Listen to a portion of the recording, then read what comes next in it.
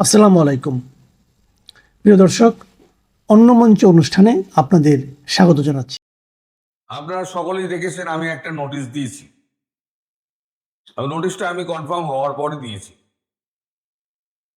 এই নিয়ে আমার বেশ কয়েকজন সাংবাদিকের সঙ্গে মানে কলকাতার এবং দিল্লির সাংবাদিকের সঙ্গে কথা হয়েছে, কয়েকজনের সঙ্গে বাংলাদেশের দূতাবাসের কথা হয়েছে, দূতাবাস বলছে বাংলাদেশ ডেস্কের সঙ্গে কথা হয়েছে, মানে আমাদের বাংলাদেশ যে বিদেশ মন্ত্রক তার যে ডেস্ক তার সঙ্গে কথা হয়েছে। কথা বলার পর নিশ্চিন্ত হয়ে তারপরে আমি নিশ্চিত হয়ে আমি তারপরে এই কপিটা করছি।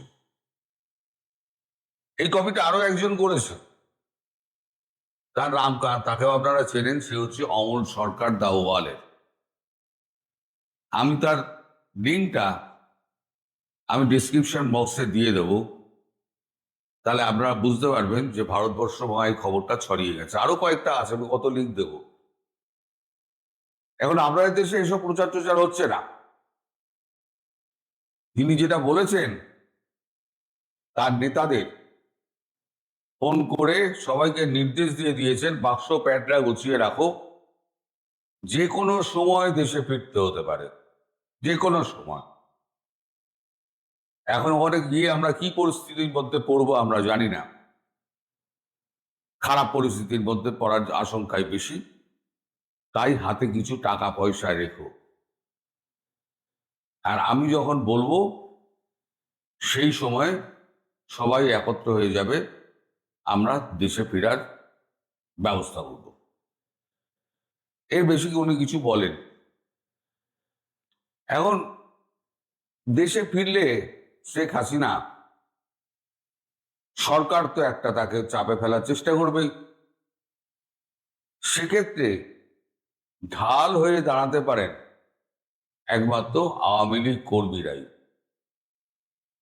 আজ লাখে লাখে কর্মী যদি তাকে ঘিরে থাকে, দেশের কোনো পুলিশ, কোনো সেনা, কোনো সরকার তার ধারে কাছে ঘেঁচতে পারবে না।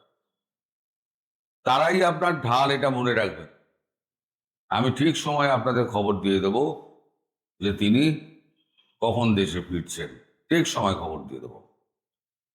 আমি যেটা বলেছিলাম না, উনি ডিসেম্বর বলেছেন যে উনি ক্যামোফ্লেজিং করছেন, উনি ফিরবেন অনেক আগেই। আমি টাইম দিয়েছিলাম সেপ্টেম্বর। মনে পড়ছে? অনেকেই আমায় মনে করিয়ে দেন, আপনি কিন্তু সেপ্টেম্বর বলেছিলেন। জুলাই এসে যাচ্ছে, তারপর আগস্ট, তারপরে সেপ্টেম্বর। হ্যাঁ, আমি সেপ্টেম্বরই বলেছি।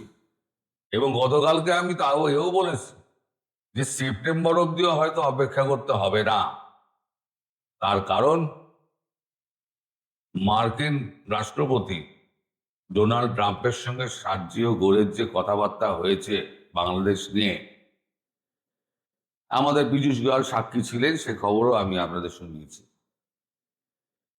সেখান থেকে পরিষ্কার এটা বোঝা যাচ্ছে যে তারেক রহমানের কপালে খুব দুঃখ আছে, এবং তারেক রহমানকে সমূলে উৎখাত করার জন্য আমেরিকার যা যা করার দরকার আমেরিকা তাই করবে।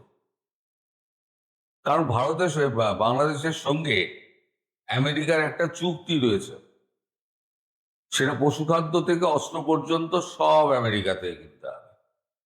তাহলে কোন যুক্তিতে তারেক রহমান এই কাণ্ডটি করলেন সেটা ভেবে দেখার বিষয় আছে। এখন তারেক রহমান তিনি কার বুদ্ধিতে চলছেন? ওনার খুব একটা বুদ্ধিশুদ্ধি আছে বলে তো আমার মনে হয় না। এ নিয়ে আমার যথেষ্ট সন্দেহ আছে। এখন কেউ তাকে একটা চালাচ্ছে। এখন ডিফ্যাক্টো প্রাইম মিনিস্টার তো হচ্ছে সালাউদ্দিন সাহেব। তিনি সমস্ত প্রশ্নের উত্তর টুত্তর দেন সংসদে, তারেক রহমান পুতুলের মতো বসে থাকেন। তাই তারেক রহমান কি পুতুল সরকার, পুতুল মুখ, পুতুল প্রধানমন্ত্রী? আসলে চালাচ্ছে অদৃশ্য কোনো হাত। এদিকে জামাতের সঙ্গে তো, এনসিপির সঙ্গে তো দূরত্ব তৈরি হয়ে গেছে। এনসিপির নেতারা এখন ছাত্র দলের হাতে বার খাচ্ছে। এটা সত্য মিথ্যে জানি না, আমার কাছে ভিডিও এসছে। সত্যতা নিয়ে এই জন্য আমার সংশয় আছে যে এত মারপিট হলো, কিন্তু ওই যে সার্জিস আলম এবং নাসিরউদ্দিন পাটোয়ারি, তাদের গায়ে তো আঁচড় পড়লো না, সঙ্গীরা এরকম করে কোনোই দেখাচ্ছে। অর্থাৎ প্রচারে থাকার একটা তাগিদ, বুঝতে পারছে আমরা প্রচার থেকে হারিয়ে গিয়েছি। হারিয়ে তো গিয়েছো, এবার দুনিয়া থেকে হারিয়ে যাবে হয়তো, মানে ভারত বাংলাদেশ থেকে হারিয়ে যাবে হয়তো, দুনিয়া থেকে না। দীর্ঘজীবী হও তোমরা, আমি তোমাদের আশীর্বাদ করি। তোমাদের আমরা বয়সে ছোট, সন্তান মতো, তো তোমরা যে ভুলটা করেছো সেই ভুলটা কিন্তু মাপ হয় না। তো শেখ হাসিনা প্রসঙ্গে ফিরি। শেখ হাসিনা এর মধ্যে 151 জনের, আমি যে বলেছিলাম 151 জনের সঙ্গেই কথা বলেছেন, যারা নেতা আছে বিভিন্ন দেশে যেখানে আছেন, তাদের সঙ্গে কথা বলেছেন এবং প্রত্যেকেই নেত্রীর কথায় সায় দিয়েছেন এবং যথারীতি ধীরে ধীরে তারা কলকাতার উদ্দেশ্যে আসতেও শুরু করেছেন। তিনি বলেছেন, নেত্রী বলেছেন, বেশি কিছু নেওয়ার দরকার নেই, সামান্য কিছু কাপড় আর কিছু টাকা পয়সা রেখো, কারণ আমরা জানি না আমরা কি মানে আমরা অবস্থার মধ্যে পড়তে যাচ্ছি। এখন দেখুন, সার্জিও ঘোষ আপনার দেশে পৌঁছেছেন, তিনি তো যা যা কথা বলার তিনি তো প্রধানমন্ত্রীকে বলবেন। দেশের চেয়ার দখল করে বসে আছে, দেশের চেয়ার দখল করে বসে আছে প্রধানমন্ত্রী তারেক রহমান। সারা পৃথিবী কিন্তু প্রধানমন্ত্রীকেই চিনবে, কনস্টিটিউশনে তিনি যখন প্রধান তাকেই চিনবে। এবার কে চালাচ্ছে পেছন দিক দিয়ে ইশারা কার, সেটা আর দেখতে যাবে না। এখন যে চাপটা মার্কিন যুক্তরাষ্ট্র দেবে, সেই চাপটাকে সামলানোর মতো ক্ষমতা রয়েছে আমার তো মনে হয় নেই। আর ডোনাল্ড ট্রাম্প কিন্তু মানে এও করতে পারবে না, মানে ছেড়েও কথা বলবেন না। আমরা দেশে গুজব তো রটানো হয়। ইত্তেফাক বলে একটা পত্রিকা গতকালকে দুম করে লিখে দিল যে ইউনূসকে নাকি রাষ্ট্রপতি নির্বাচনের জন্য চেষ্টা করা হচ্ছে। বেশি উঠেছে কথা, কোনো ভাষা নেই, রাষ্ট্রপতি হওয়ার কোনো চান্স নেই।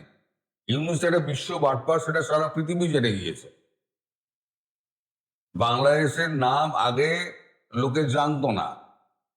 ইউনূসের আমলে ইউনূস যা করে গেছে তাতে সারা পৃথিবী বাংলাদেশকে চিনে গেছে। আর এবার যে শেখ হাসিনা যাচ্ছেন, তিনি সমস্ত দেশের সমর্থন নিয়ে যাবেন। এবং আপনাদের নিশ্চয়ই মনে আছে, এই যে আমাদের জাতিসংঘ যে চিঠিটা দিয়েছিল, সেই চিঠিটাই কিন্তু পরিষ্কার একটা কথা লেখা ছিল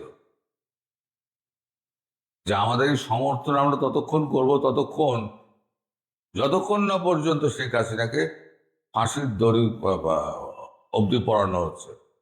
যদি ফাঁসির দড়ি তার গলায় পড়ানো হয়, তাহলে কিন্তু আমরা সমর্থন তুলে নেব।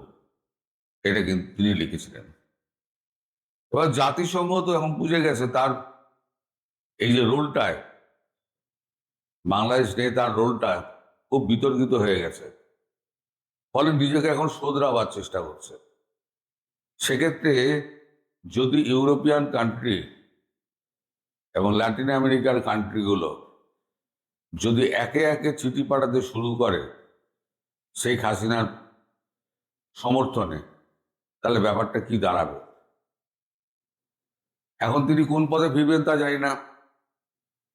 এখন প্লেন আমাদের ইন্দিরা গান্ধী আন্তর্জাতিক বিমানবন্দরে থাকবে, ওই 107 সিটের যে প্লেনটা রাখাও কথা বলা হয়েছে, আমি যেটা বলেছি 107 সিটের একটা প্রাইভেট জেট, নাকি সেটা লখনৌ বিমানবন্দরে রাখা হবে। দিল্লি থেকে লখনৌ সড়কপথে 2 ঘন্টা 2.5 ঘন্টার ব্যাপার, যদি হুটার দিয়ে গ্রিন চ্যানেল করে যদি পার করে দেয়, 2 ঘন্টা থেকে 2.5 ঘন্টা মধ্যে পৌঁছে যাবেন। এখন রাস্তা এত ভালো হয়ে গিয়েছে। তো সেক্ষেত্রে যদি বিমান পথে যান, কোন পথে যাবেন আমি জানি না। আর সড়ক পথে গেলে তিনি যে কোন রাস্তা ধরবেন, সারা বাংলাদেশটাই তো ভারত দিয়ে ঘেরা।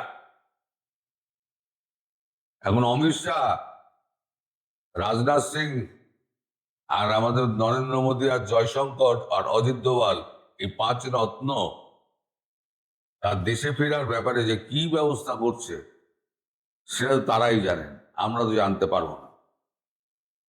তবে সার্জিও ঘোষ তিনি যে যাচ্ছেন, সন্তোষজনক উত্তর দিতে না পারলে তারেক রহমানের গদি কিন্তু গেল।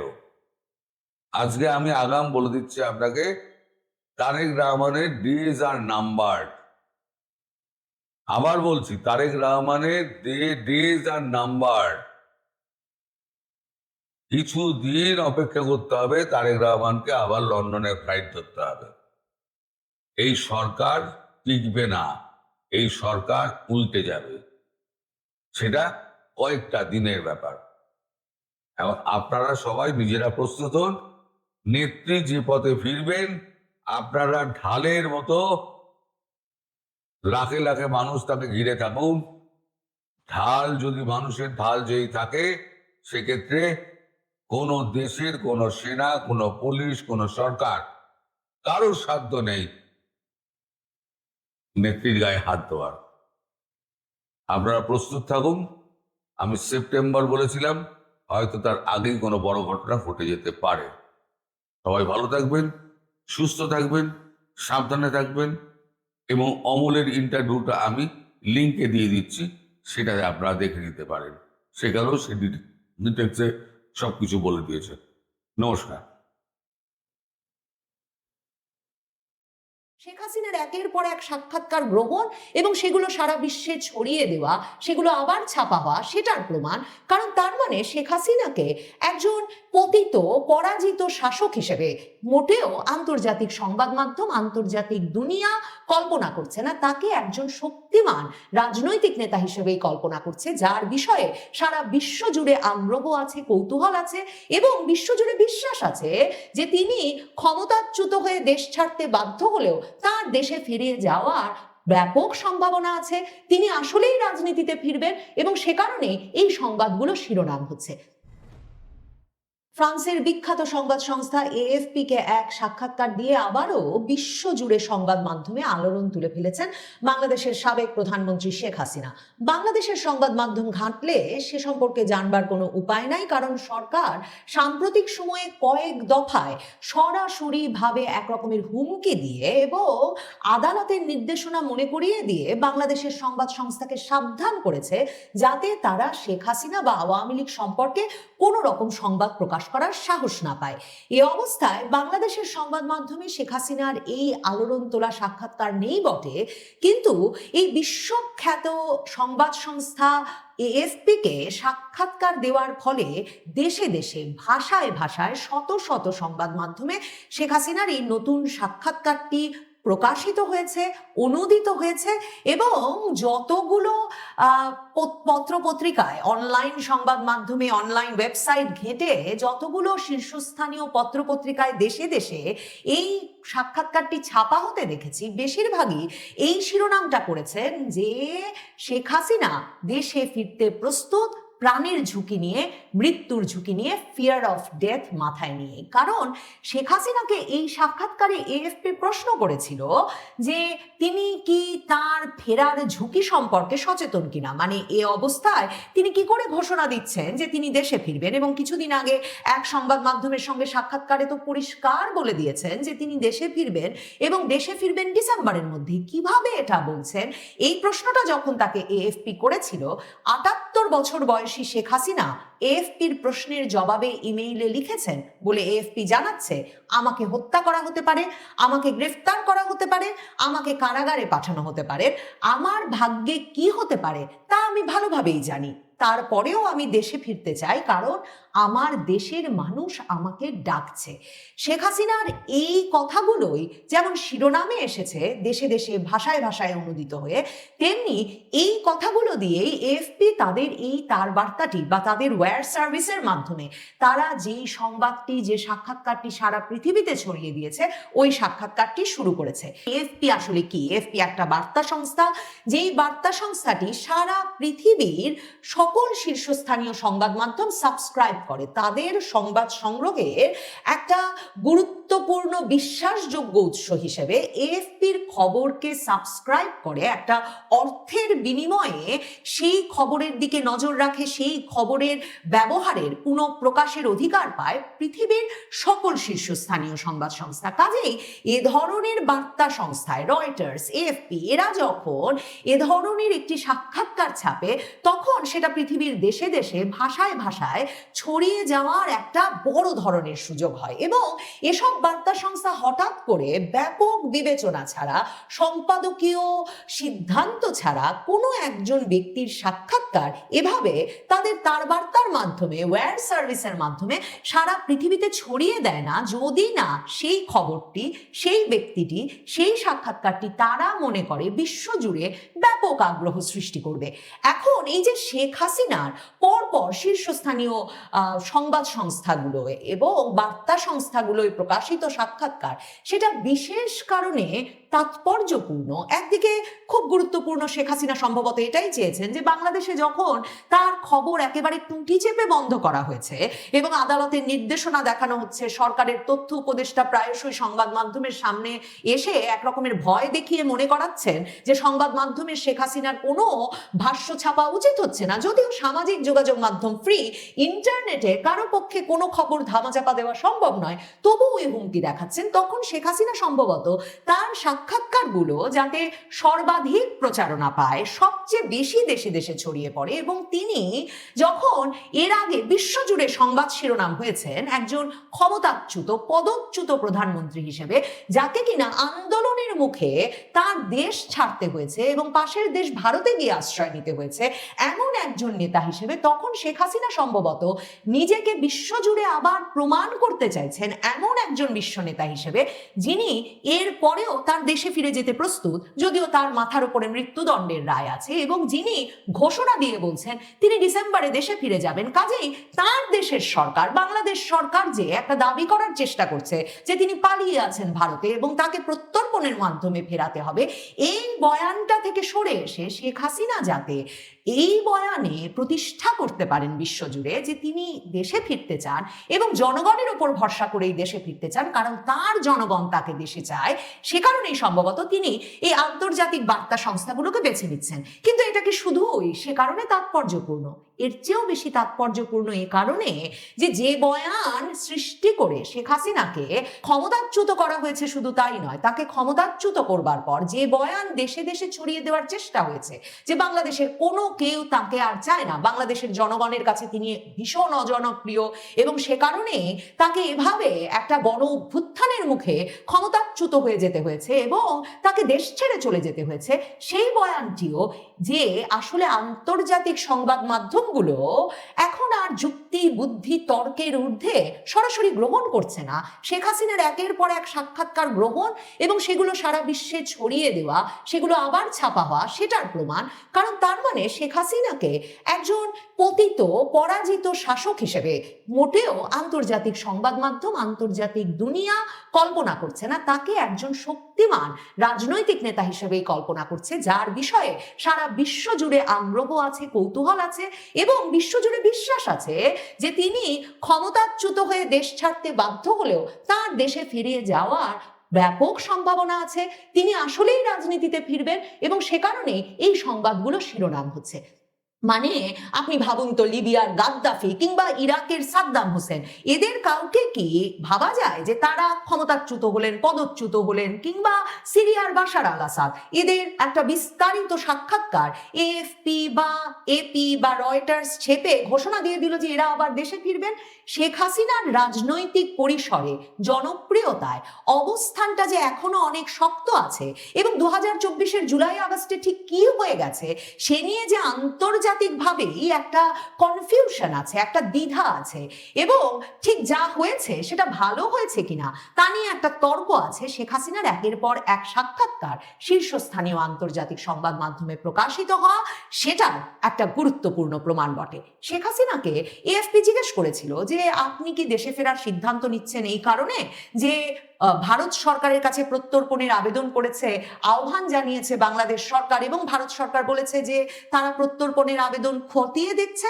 শেখ হাসিনা বলেছেন ভারত সরকার তার সঙ্গে প্রত্যর্পণ বিষয়ে কোনো আলাপ করেন নাই, এবং তার দেশে ফেরার সিদ্ধান্ত ভারত সরকারের কোনো সিদ্ধান্ত বা চাপের ফলে নয়, কারণ তিনি ভারতে যথাযথ সম্মান এবং মর্যাদার সঙ্গেই আছেন। তবে এএফপি বলছে শেখ হাসিনা তার সাক্ষাৎকারে প্রশ্ন করবার পরেও এই যে তার বিরুদ্ধে যত যত অভিযোগ সেসব বিষয়ে ক্ষমা চাইতে রাজি হন নাই। এই অংশটাতে এএফপি বলছে যে মানবাধিকার সংগঠনগুলো দীর্ঘদিন ধরে শেখ হাসিনার সরকারের বিরুদ্ধে রাজনৈতিক প্রতিপক্ষকে হত্যা, বিরোধী দল দমন, বিচার ব্যবস্থা নিয়ন্ত্রণ এবং একতরফা নির্বাচনের মতো নানা অভিযোগ তুলে আসছে। এখানেও খুব গুরুত্বপূর্ণ যে এএফপি তাদের মতামত হিসেবে এই অভিযোগগুলো শেখ হাসিনার ওপরে কিন্তু একতরফা ভাবে চাপিয়ে দেয়নি। মানে শেখ হাসিনার বিষয়ের অভিযোগগুলো নিয়ে যে আন্তর্জাতিকভাবেই একটা অবিশ্বাস আছে, এবং শেখ হাসিনার বয়ানটাও যে শুনতে আন্তর্জাতিকভাবে একটা আগ্রহ তৈরি হয়েছে এবং তার প্রতি সেই বিশ্বাস আছে একজন রাজনৈতিক নেতা হিসেবে, সেটার প্রমাণ এই ভাষ্যগুলো ভীষণভাবে তুলে ধরে। এএফপি বলছে মানবাধিকার সংগঠনগুলোর ওই সব অভিযোগের জবাবে শেখ হাসিনা এসব অভিযোগকে রাজনৈতিক উদ্দেশ্য প্রণোদিত প্রচারণা বলে দাবি করেছেন। তিনি বলেছেন যখনই কোনো অভিযোগ এসেছে তার সরকারের সময় সেটা তদন্ত করা হয়েছে এবং অপরাধীদের আইনের আওতায় আনা হয়েছে। ছাত্র আন্দোলন দমনে অতিরিক্ত শক্তি প্রয়োগের অভিযোগও শেখ হাসিনা এই সাক্ষাৎকারে অস্বীকার করেছেন। তিনি বলেছেন আমার সরকার সর্বোচ্চ ধৈর্য দেখিয়েছে এবং ছাত্র আন্দোলনের শান্তিপূর্ণ সমাধানের চেষ্টা করেছে।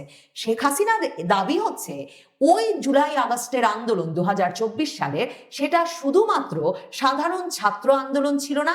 শেখ হাসিনা বলেছেন সেটা ছিল গোপন নির্দেশনা, সংগঠিত সহিংসতা, অপপ্রচার এবং সরকারের উৎখাতের উদ্দেশ্যে পরিচালিত একটা পরিকল্পিত অভিযান। শেখ হাসিনা সরাসরি hidden instruction, organised violence, propaganda and the objective of overthrowing the government এই শব্দগুলো ব্যবহার করেছেন 2024-এর জুলাই আগস্ট আন্দোলন সম্পর্কে। তবে শেখ হাসিনাকে যখন ভারতে দেশ জুড়ে সাম্প্রতিক তরুণদের আন্দোলনের মুখে শিক্ষামন্ত্রীর পদত্যাগের বিষয়ে মন্তব্য করতে আহ্বান জানায় বা প্রশ্ন করে এএফপি, তখন শেখ হাসিনা সে বিষয়ে মন্তব্য করতে অস্বীকৃতি জানান।